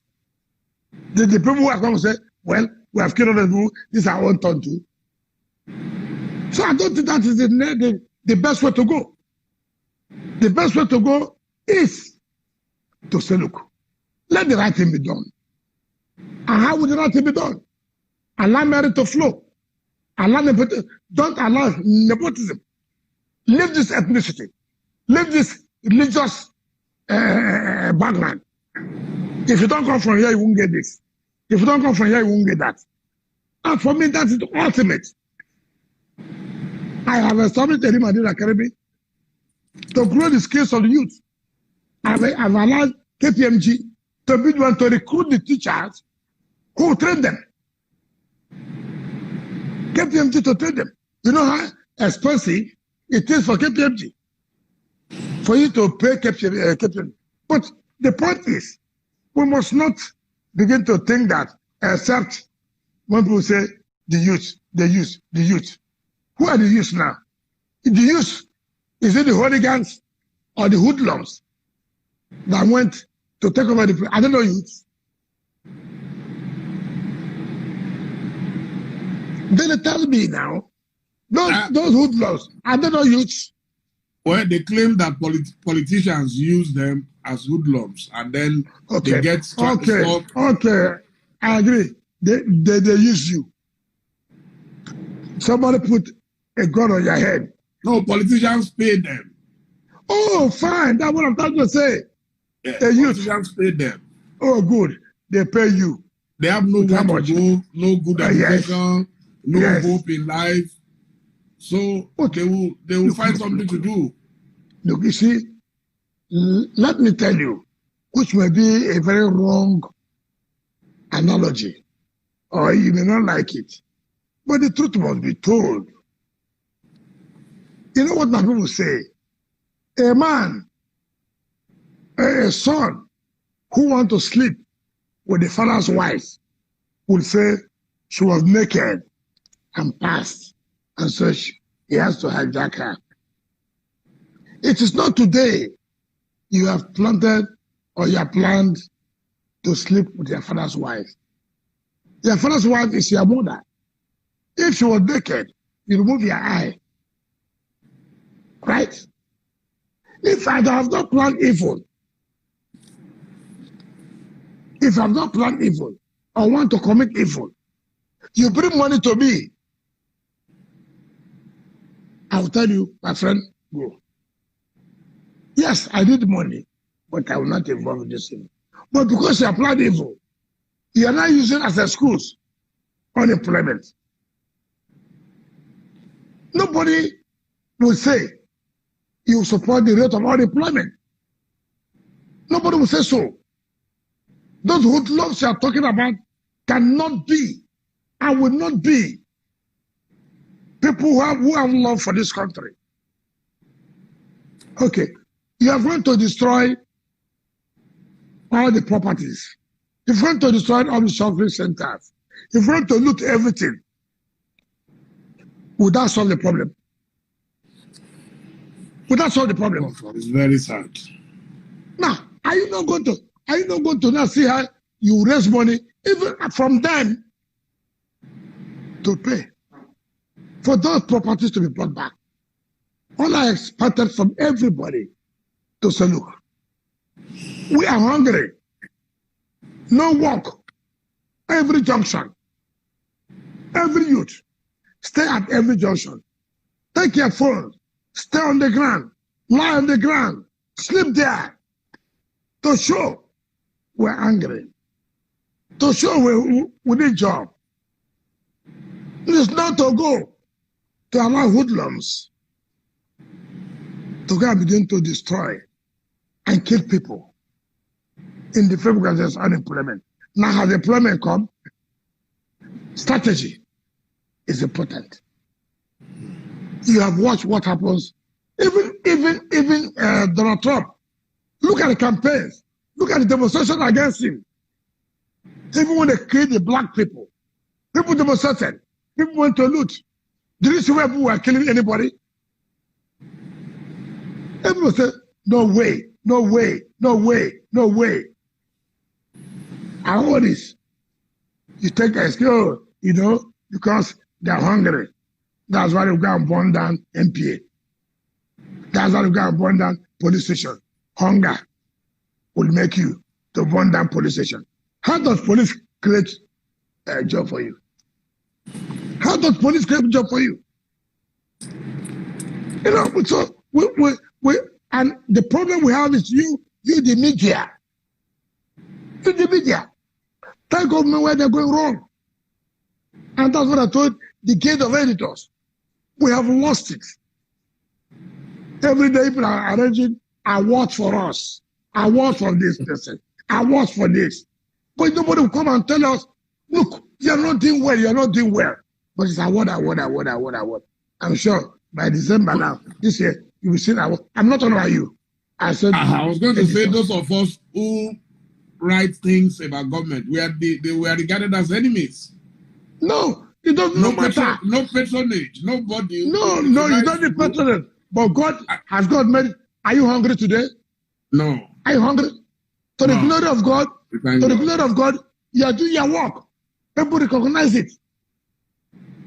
Then, as I tell you, if not somebody like you, I will not appear. I don't know that. Thank you. I appear because I believe you are going to do the right thing. Not supporting me. You never told me. I called you. Why am I the one? You said, look, you are taking. I mean, people were asking. People my viewers were asking for you every day. Fine. Yes. So that's what I'm trying to do. So you're not that kind of person. But I challenge the Guild of Editors. You have lost your voice. You people came and said, occupy Nigeria against Jonathan. What has happened today? Everybody's gone. Nothing's happening. Because we have sold our conscience. When you speak, nobody, even governors among themselves, they've lost it. We have lost it. We have played party politics. Nobody wants to speak the truth. When you speak the truth, they deny you what you're entitled to. But it doesn't matter.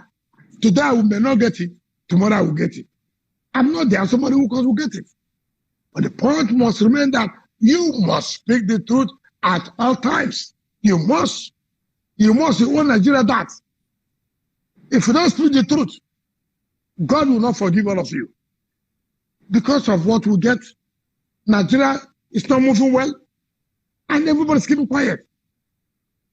People will come and tell lies that the governor of Rivers State want to kill Igbos, and you want to believe that?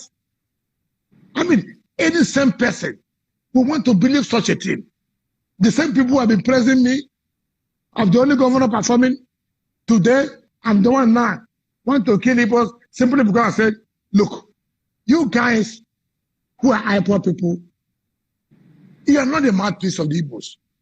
And therefore, even if you are the mouthpiece of Igbos, you can't take criminality. You cannot kill innocent soldiers and policemen.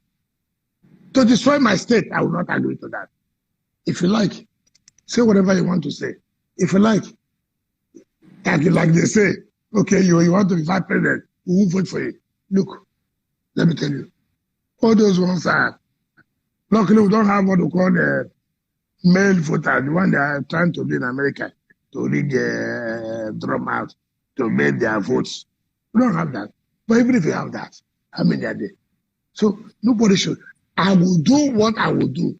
Nnamdi Kanu does not have what it takes to threaten me or threaten any Rivers person or any Niger Delta person. I will not. The Igbos have come out clearly against him. The governors have come out clearly against him. We don't like their modus operandi. When I went to the Wusik, does one man alone stay to say he wants to secede from Nigeria? Does one man alone? Does not require the consensus of the opinions of the people? Does not require all of us to talk, assuming we are the same people. Then you want people to be sending money to you. You're a Jewish. Then you carry towel in your leg. And then you say, in Radio Biafra, now the camera has said, kill this person, keep it. And everybody will run it. And you yourself, you are going to interview him to make him important. No, Dele, I shouldn't be giving this kind of thing to people. No, the camera should talk to them. My duty is to inform. Information is power. It's very important that we speak to everybody. Saints and sinners. It's very important that we talk to them. No, I don't agree with you to inform.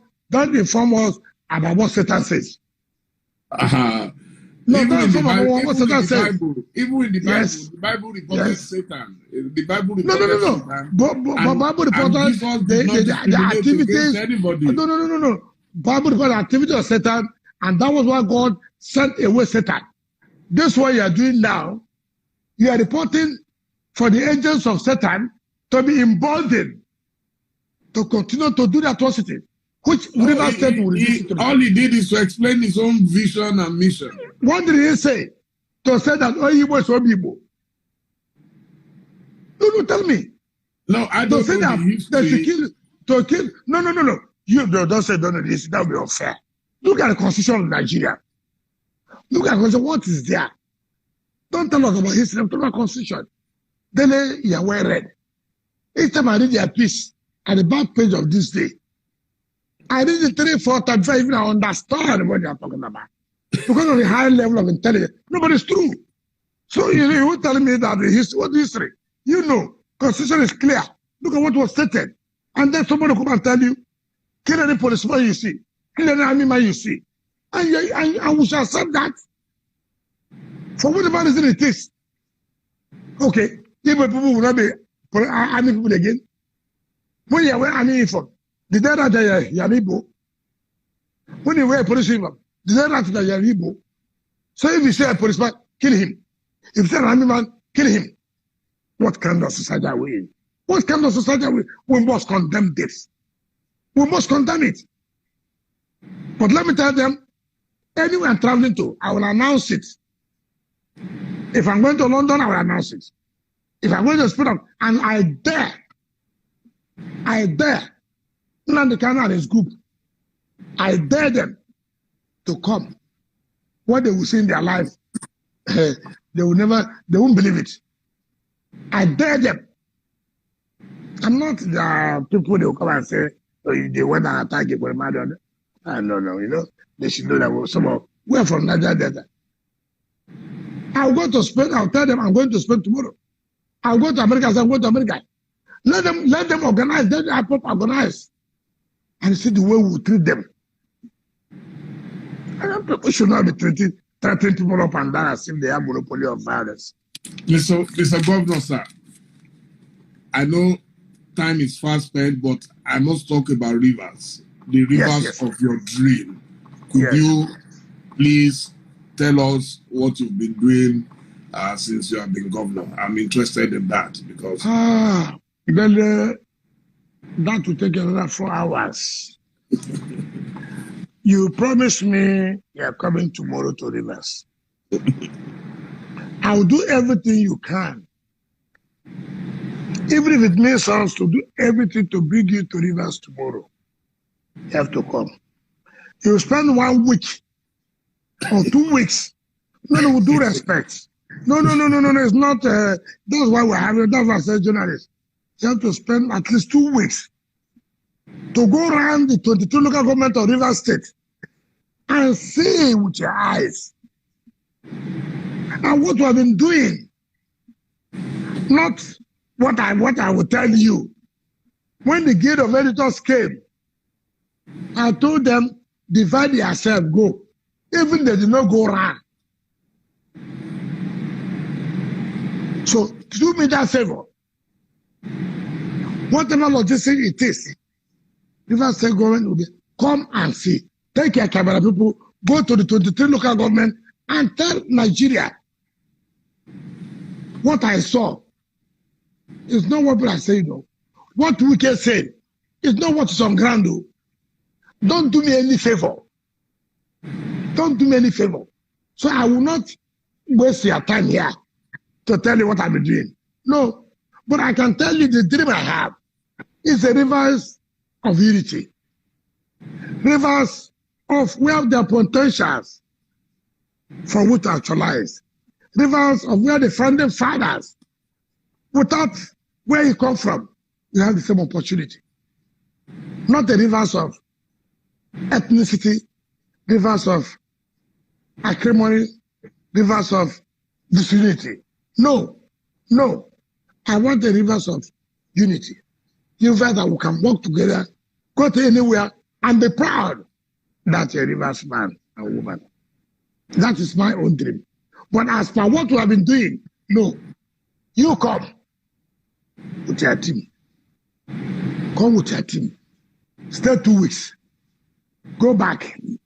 Tell Nigerians, I went. I saw. I can tell you, not what the governor told you. I will not go with you. People will go with you and show you one by one. 2 weeks. If you even stay 2 weeks, I finish. I will thank you and say, look, you have the strength. They say upland, you say upland, divide, this. You know, politicians, we have everything. Let me tell you one thing. Let me tell you in politics. Maybe before you end up, you know, one thing I've learned, and the book, as a practical politician, and which I will recommend to every politician or everybody who wants to be in leadership position to read Dr. Audley's book, Conscience and History, My Story. I will recommend that book. In fact, I will tell Dr. Peter Audley tomorrow, who is my leader, sir, can you make available more of that? The state government will want to pay to help Nigerians to read that book, Conscience and History, My Story. You will cry about this country. You will know the politicians. Don't be carried away as I'm talking with you. Don't be carried away as I say, Dele, you're one of the intelligent people. No, don't be carried away. When you read that book, you have a think. You will know about politicians. So I owe you a duty. If you send your people, I'll tell Dr. Peter Audley, sir, allow us to produce 2,000 copies of those books and send to you people, carry. Send it to Nigeria. Send it to people wherever you are. Let them read. Nigerians, Ghanaians, other African countries. Let them read that book. Conscience, and history. My story. Then you will cry. You will not even relate even with me as a politician. You will not relate with me. It's so unfortunate. That is one book I will never miss in my life.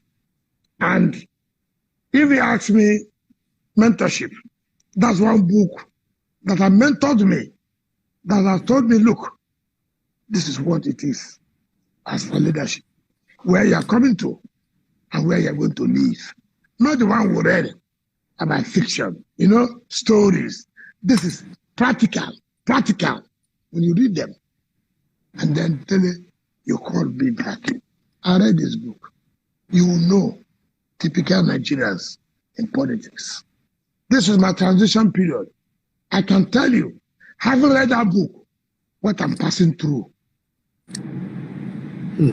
I can tell you, having read that book, it's like Expo, you know, exam made easy. When you read that Dr. Peter Audley's book, and you are seeing a transition, you are seeing human beings, you can now appreciate what the man wrote. Conscience and history. My story. It's unfortunate. I will make sure you get the books when you come. Thank you. Thank you very much. What is your philosophy of power? Before we go, I would like to know, is it Machiavellian or what is it? Because you are a very strong leader, and a lot of people tend to appreciate that in leadership when you are very strong, very fair. Now, what is a Machiavellian? What is Machiavellian? The end justifies the means. No, you see, that's the problem we have. Let me tell you, I said, you see, what makes a leader to be strong is the people. It's the people. When the people are part and parcel of what you are doing, you are very strong. But when the people do not know what you are doing, when there's no disconnect, when there's no communication, then the issue of Machiavelli comes in. Force. Machiavelli will tell you whatever. You see, power. The end justifies the means. No, I don't agree. I don't agree. Whatever I want to do today, my people must be involved. When they are involved, you become a hero. But when you don't involve them, that's the problem.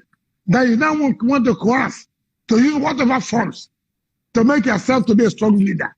That's not leadership.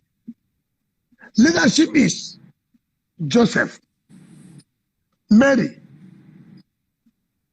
as A, B, come. Look, what do we do? How do we go about it? Put our heads together. We'll disagree, but we'll agree. By the time we agree, we're all strong. Then you, as the leader, because the man, when the people will not think you are the strong best person, but that who is strong is the people. They're the ones who made you. And that's what I see as power. Power is not that naked or raw power. Power is not that easy office to bamboozle everybody. No, that's not power. Power, for me, is the ability to organize your people, to let them be part of decision making, and then things will begin to move. And then people will say, this guy is a powerful person. Don't touch him. If you touch him, the people will react. Because the people are aware, they're involved in your decision making. That is what I see as power. A lot of people have complained that, especially from the Niger Delta, that as rich, as well endowed as the Niger Delta is, it has been underdeveloped. Do you see any hope in the horizon for the people of the Niger Delta?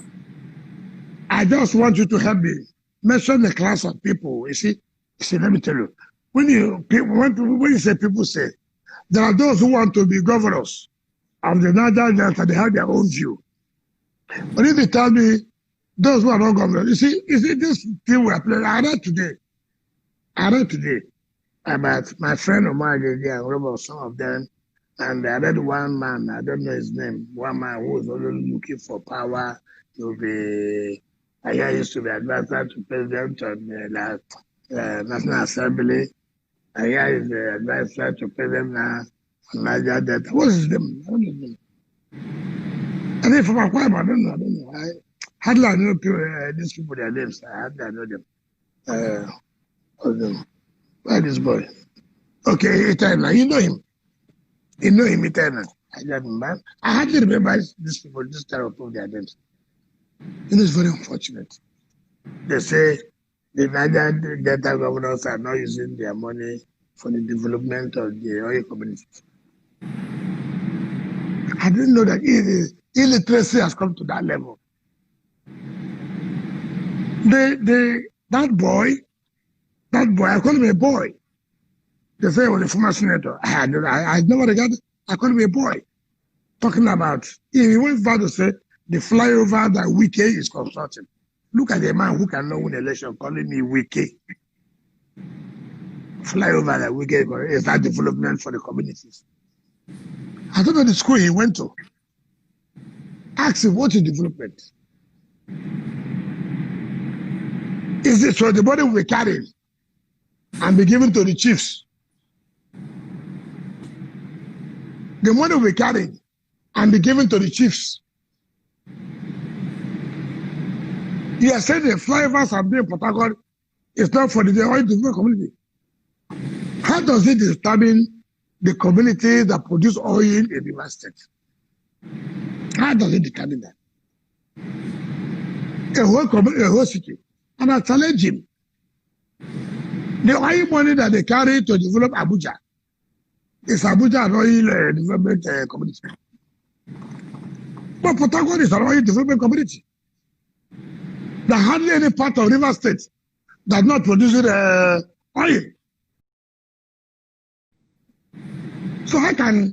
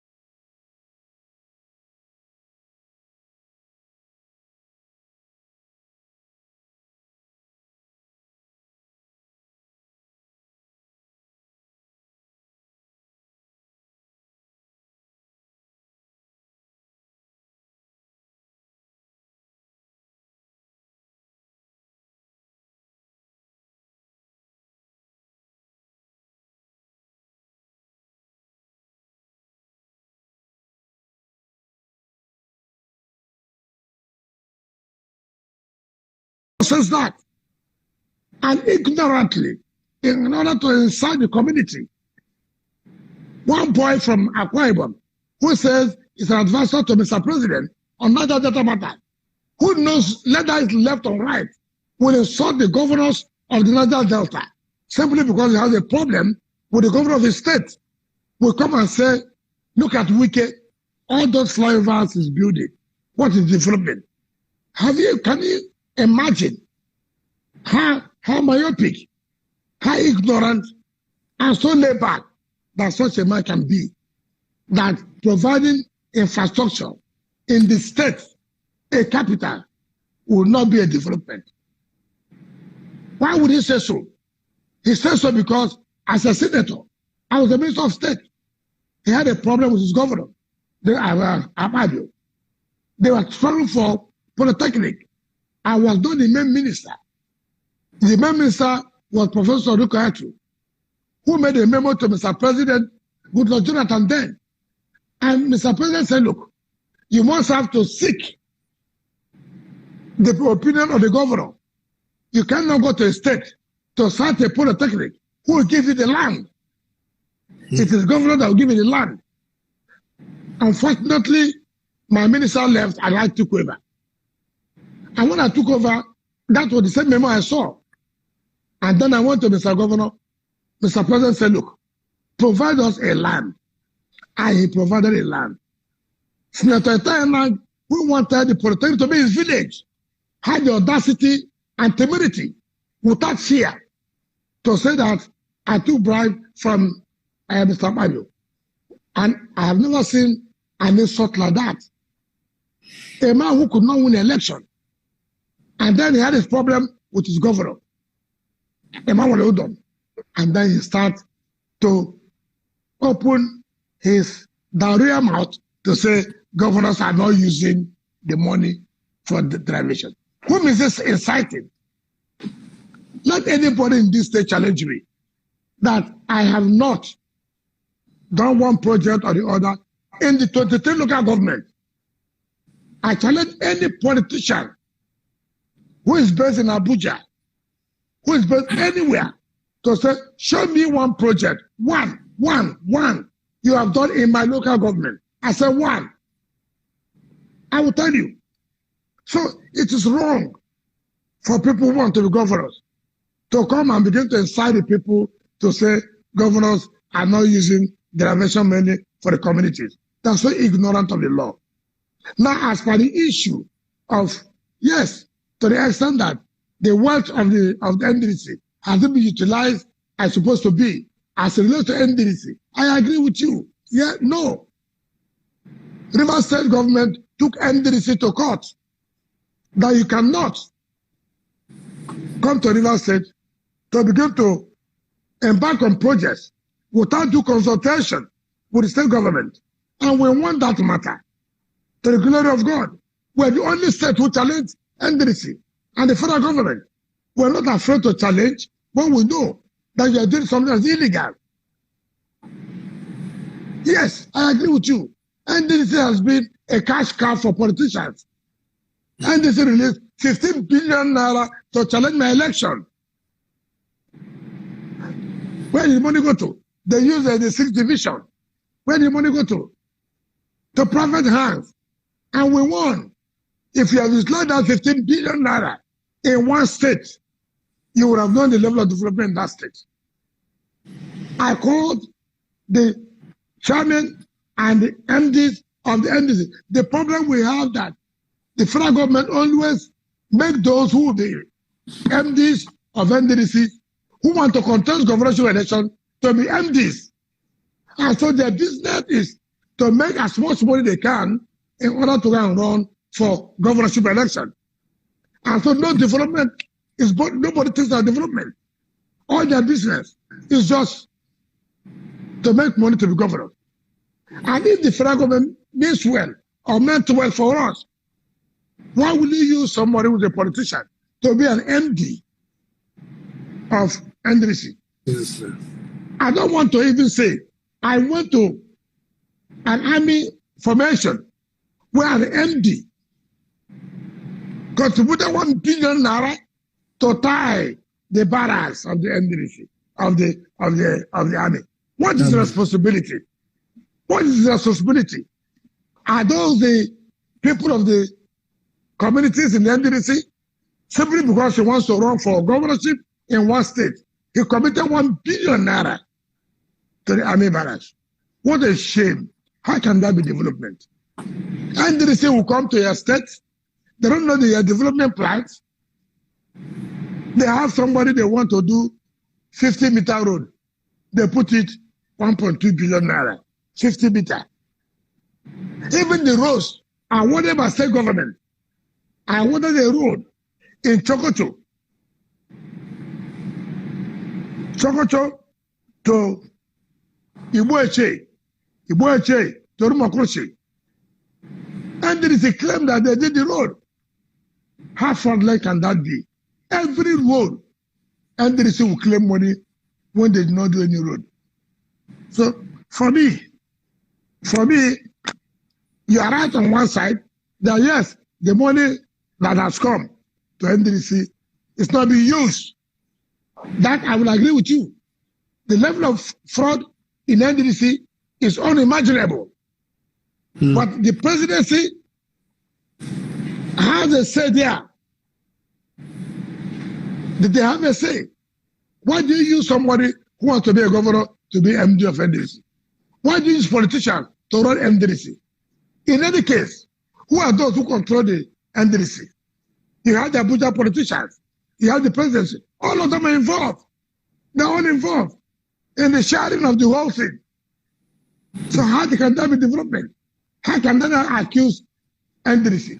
As NDC is a corporation that's supposed to take care of the people of Niger Delta. But who are those who are controlling this NDC? Who are those who are controlling? So you are right on one part that the wealth that comes from the region as it applies to NDC is not being utilized for the development of NDC of the Niger Delta state right. But to say the 13% that accused to the states are not being utilized, they should call those states that are not utilizing the money. And I challenge anybody, let them take a fact finding. As I came as a governor of Rivers State, to come and say the 13% calculate the money that came to us and see what we have used it for in the communities as far as Rivers State is concerned.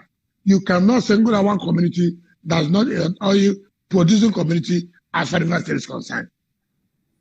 Wow. Sir, there are 3 steps to achieving power in Nigeria. To attain power, money, ethnicity, and religion. Which would you think is the most potent? Well, what is the most potent? It depends on where you're coming from. It depends on where you're coming from. For me, all over the world, money has an influence in achieving power. Money has an influence in achieving power all over the world. Because without money, how do you carry out your advertisement? How do you carry out your logistics? So money is not necessarily means buying people. No. That is mistake people mean. In American politics, money goes, yes, money in American politics, money goes a lot into the advertisement, enlightenment, mobilization of the people to come out for voting. But in Nigeria, no. They maintain in Nigerian politics ethnicity and religion. Ethnicity and religion. Even the money so-called release are released to who? To who? Nigerian politicians don't go into advertisement to sell their products. Nobody does that. The money goes to who? It goes to security agencies. It goes to INEC. And then ethnicity and religion comes in. Where do I come from? I'm an Hausa Fulani. I'm a Yoruba man. I'm an Igbo man. I'm an Ijo man. I'm an Chief man. I'm an Idoma man. I'm an Ikwere man. I'm an Efik man. As the case may be. I'm a Christian. I'm a Muslim. which has destroyed this country totally. It has destroyed us. Whether anybody likes it or not, nobody should deceive you. The major thing in this country today is ethnicity and religion. It's not the money. It's not the money. Everybody wants to say money, money. Which money? Money to who? Yes, money plays on in terms of where security will come and play their own role. But I've said, people have come to resist security just say what they want to read. But ethnicity and religion. You see a man who is not competent. He said because he is from Igbo, he is from Yoruba, he is from the South, he should be voted for. He is from the House of Fulani, they are dominated, he should be voted for. Oh, he's a religion, he's a Muslim, he should be voted for. No, he's a Christian, he should be voted for. That is the bane of our problem. And until we realize that, forget it. Let nobody deceive you. All of us who are politicians. And Nigerians are so confused, are so, sold. They tell them one story and they buy it. They come today, it's just what's happening. They tell Igbo people, Wike is against Igbo. And you see people, they say, you're right, too. But nobody asks, how is he against Igbos? What did he do against the Igbos? Oh, he killed Igbos in Igbo. How? Where are the Igbos he killed? It's the problem that we have in the country. Okay, you remember, in this state, I traveled overseas. I came back one night. My brother, my friend, called me 1 a.m. How did you go and bring down a mosque? I said, which mosque? He said, you brought down a mosque. I said, brought a mosque? I just came in. He said, I said, okay, don't worry. I'll give you a call tomorrow. I called the pamphlet. Which mosque you got bring down? He said, which mosque? I said, no mosque. I said, what? He told the chairman of Governors Forum, Dr. Fayemi, to come down to Port Harcourt and say there was no mosque to even bring down. They wanted to be the mosque, they have been in court, and they even lost the matter. Not under my administration, under the administration of my predecessor. But you see, one of our boys, Asante Okuboya, came out on television to say yes, he used to go there to worship, that there was a mosque. Can you believe that? When there was no mosque. Now, what does that? Politics is being played. We can help the Muslims. And you know how sensitive these things are. If finally it did not come, to go there to see how a mosque was brought down. You can imagine what that. People like Governor of Kano State, Ganduje, people like Shikarao, went wide to make uncomplimentary remarks. These are religious bigots in the country. And I told Ganduje, it's unfortunate for you to do that. I'm your colleague. He couldn't call me to say, my brother, what happened? How this mosque is. We were so sensitive about it. Shikarao, who was my minister in education, could not do that, could not summon courage. So these are the kind of country we run.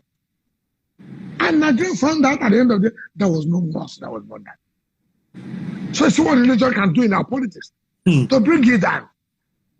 Now, see the pains I passed through when nothing happened. And that's the same thing we are passing through now. See what you're passing now? That you are killing the Igbos. And people are buying it for politics. But at the end of the day, I know the truth to be out. They know I have no relationship to kill anybody. River State is an accommodating state, and we could not accommodate. All of us have had a relationship with Igbos, not today, and nobody can tell Igbos.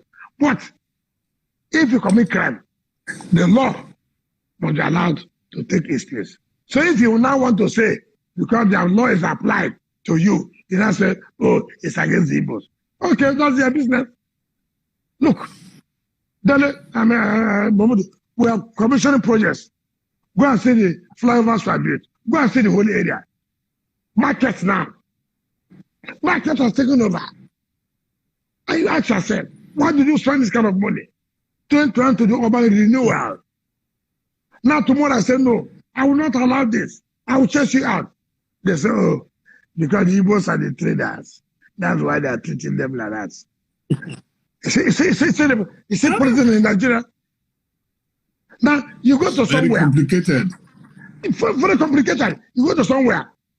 The slaughter people will do slaughter everywhere on the road. You say, no, you cannot do slaughter like this. We will not allow it. We will approve where you do slaughter or where the market will be. Oh, they say, oh, because the house of Fulani, that's why you're against them. And people will not ask questions. They will buy it. They say, yes, so it's against the house of Fulani. So, but again, that shouldn't change you. You must believe in what you believe. You must stand firm. Go ahead and do whatever you want to do. It doesn't matter whose house it is. You go ahead. Heaven will never fall. If heaven falls, you'll be happy. But heaven fell when you are alive. Heaven came down and you saw heaven. So you should be happy. The heaven came down at your own time. So why are you worried? Wow. So that's what you see. So don't bother yourself about all these rumors and rumors and rumors. It's a political period. But by next year, 2021, you hear the worst. So people like you should prepare. Your program will be heated up and down. So you have no work now. For next year, you see what will happen. Wow. Well, I want to thank you, sir. But before we go away, there is a man I love so much. Yes. The late Nelson Mandela. He was put away in prison for 27 years. Yes. And he came back and he was willing to forgive all his enemies, even if we won't forget what happened. And there's something I'd like to do on this program. I want to ask you before God and man, and I've asked this question elsewhere before. The relationship between you and your old friend and brother, Chibuike Rotimi Amechi, is it so irreconcilable? No, nothing is irreconcilable. Nothing is irreconcilable in life. As a Christian, you cannot harbor ill feelings. You cannot. All I want sincerely before Almighty God is sincerity. Sincerity. What is the problem? I'm a governor. God has made me a governor. He said I will not be a governor. I'm a governor. So what am I fighting him for? He said I will not be a governor in 2015. I became a governor. He said no, I will not be a governor in 2019. I became a governor. So what is the fight? As the same as today, I asked him, what is the problem? Why can't you have your state? Why me? I'm a governor. I'm going. So if today he sincerely, in the name of God, say, look, our state is our state. For whatever it takes, let's let bygone. Let's help to pray. Move our step forward. I can tell you, River State will be one of the best states. I can tell you. Dele, I speak to you from the innermost of my mind, not as the so-called politician in quote, as people will say. I have nothing to contend again. God has been there. God has been merciful. God has been kind to me. I passed through. I've told you what I passed. Murder cases, armed robbery, this and this and this and this. It's God that has done it for me. It's not man. When I know I never participated in anything. So I didn't know that God was preparing me for something. Right? So what is the problem today? If you see him, tell him, come back home. Let's build our state. The problem is, I must produce governor. No, allow the people to produce governor. That is only the problem. Not to me. We even wanted to honor him. He came out on the president and rejected the honor. What do we do? So what am I looking for? I sit like this. I say, I'm from a religious home. My father is a reverend. He's 91, 92 years. So I don't have any problem with anybody. People just, tell all kinds of negative stories against us. Both of you were too tight. No, husband and wife can be tight. But they must tell themselves the truth so that tightness can remain. That's the problem. I have agreed. I have no problem. Let him understand that power comes from God. If you understand the power from God, then you have no problem. But if you say it is you that will give power, That's the problem. Power comes from God. Nobody can give power. It's only God. You must give him that honor. That he is one who gives you life. It is one who can say where you will live to even be in position. When you realize that, they have no problem with anybody. I have no problem with anybody. See where I'm coming from, I told you. The challenges I've had in life, because I was involved in politics, what have been done to me, yet, see where I am. So what's my business? What am I fighting for? So, I want to say a very, very, very big thank you to you, Your Excellency. It's been nice talking to you tonight. I never expected anything else. I mean, I knew that you are one man who does not shy away from speaking your mind, and I'm happy that you didn't disappoint. Thank you so much. And thank you. We'll keep you and your family in prayers. Hello? Did you hear me, sir? I said we will keep you and your family in prayers. Yeah. Thank you. But before you keep us in prayer, please come on Saturday, bring your team to stay here for 2 weeks and go and see what we have done. And then they come back to you while your prayer continues. No problem, sir. No problem. Thank you. Thank you, Dele. I'm so proud. Madam, thank you, sir. Thank you. And good night. Thank you. Dear viewers, thank you so much. I hope we've been able, you asked for him, you requested for him, and by popular request, I promised that I will find him, and he was so kind. He agreed. Sorry, we couldn't do it yesterday, but today is even better. Because if it was yesterday, you won't believe it. I was also outside the country. I just came back home today. And I'm in my relaxed environment in my library in Lagos. So I'm back home. Thank you so much. And we will continue to bring you some of our greatest leaders. People are trying.